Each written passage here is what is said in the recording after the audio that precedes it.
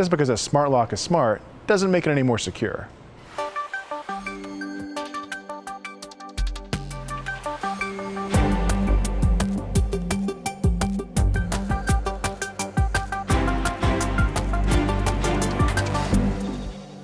Matt, I heard you have some story about the Tapplock smart lock and how it can be easily exploited in different ways. Yes. Could you like to elaborate a little bit on that? So this is one of those stories that gets better every time somebody updates it. So there was a smart lock that was released, and company Tapplock put this lock out with multiple ways of unlocking it. You can put your finger on it as a fingerprint reader, you can connect to it with your phone, and when those two fail, you can hit a button on the bottom and sort of tap out a Morse code to unlock it. And this whole thing is managed through an app on your phone. Sounds fun. However, the first flaw that people had reported about this lock was on a YouTube channel. Someone was able to open up the back of the phone by sticking something sticky to the back, in this case a GoPro, like a camera mount, and then applying a twisting force, and it would come off, the back would come off. And once you're inside of a lock like this, that's pretty much game over. Houdini knew that, by the way. Houdini. So Pentest Partners, who's been around for a little while and does IoT style engagements, decided to take a look at this device as well. So they ordered their own. They were not able to reproduce that same physical attack. What they did do is they connected to the lock over Bluetooth using the app, and they intercepted the traffic, which was possible because the traffic wasn't encrypted. Turns out that you can do something called lock sharing with this lock, and that means you can send your friend the message, say, okay, I'm going to give you permission to open up my lock.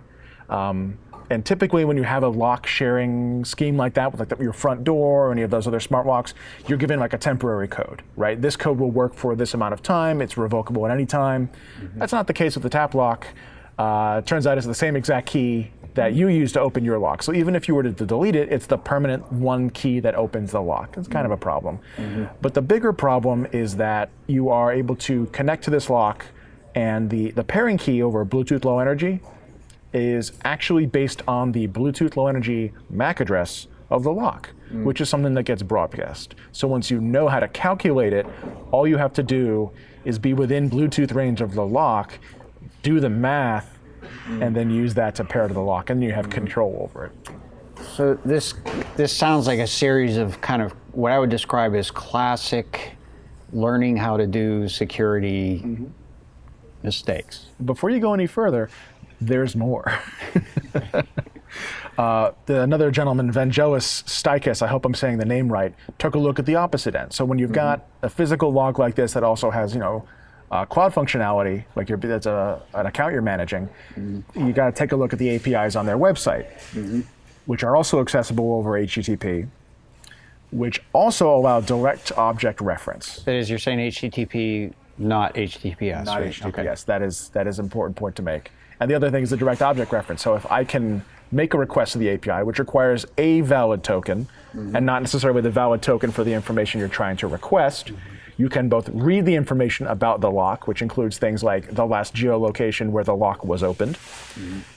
You can also send things to the API, like unlock my lock. So this is yet another way of opening these locks, which is it's kind of a mess.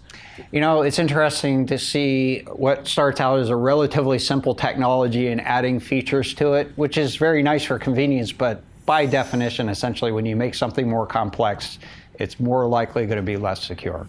My hope is that you're going to follow up with they're fixing all of these things.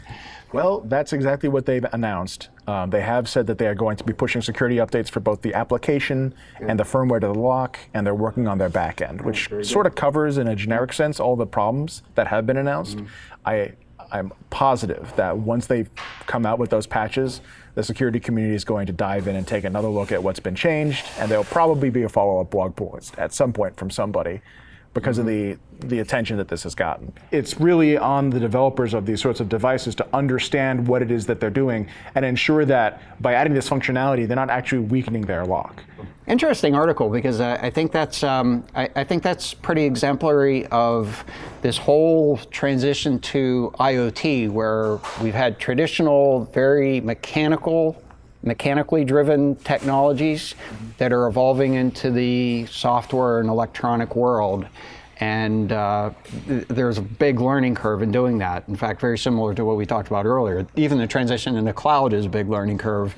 This is a transition into the digital world and mobile apps where there's a big learning curve there. Mistakes are going to be made, and hopefully they're in a position to correct those. So long as organizations are working in the right direction to correct the problems, I think we're on a relatively good path.